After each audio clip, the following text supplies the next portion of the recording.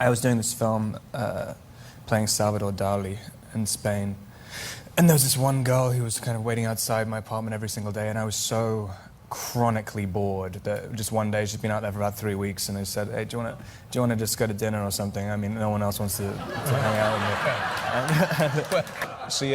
Her parents had a restaurant. She took me to the restaurant. Oh, and, that's nice. Yeah, and I kind of complained about everything in my life for about 2 hours. And then she gave me the bill at the end. Right. I had to pay for it. And then was never back outside my apartment ever again.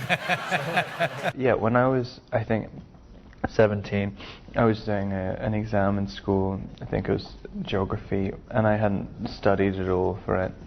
I didn't know the answer to the first question, and I just sort of shut my eyes. I was considering whether I should just leave the room or not, and I shut my eyes, and there's this like fully realized three-dimensional like hologram of Buddha in my head, and I sort of looked at it, and it was like so real you could almost touch it.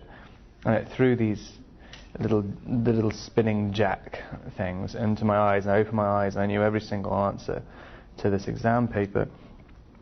Every time I shut my eyes afterwards, though, this Buddha was still there for like 3 months, and I could ask it questions about things, and it would always give me the answer. But I told someone about it, and then I realized I could ask it to do things and then affect fate, and it would actually change what happened in the world, and so it started to really freak me out. And then I asked it to do a number of things which have significantly altered my life in a lot of ways.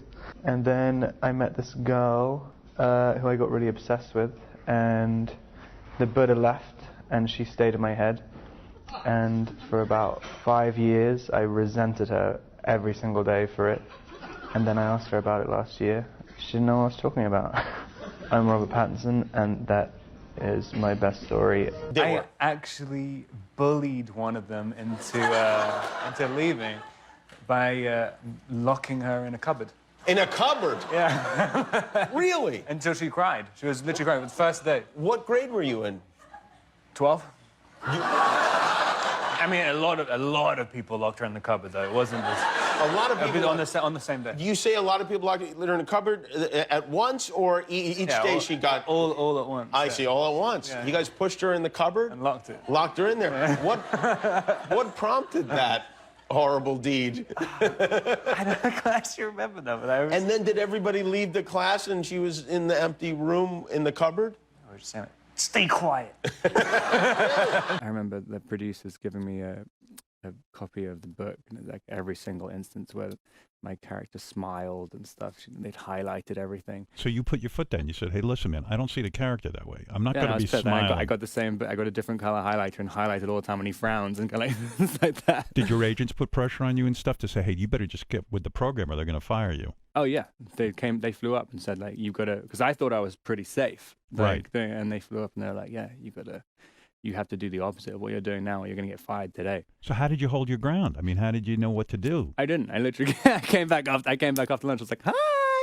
I'm a smiling vampire. 100%. Look at me. I want to keep my job. Oh, you're doing the Batman screen test, aren't you, on Wednesday? I'm like, no. That's kind of embarrassing. The first time I read it, I did completely get it, but then the second time I read it, I thought maybe I jumped the gun a little bit, and then the third time I read it, I mean, every continuous time I read it afterwards, I got more and more and more kind of entangled in this sort of in this puzzle, where to the point where I think even when me and John David were just shooting the last scene, I think I was still asking him fundamental questions about saying. I think my last question was saying like, "Am I alive or dead?" You can do the talking backwards, come on.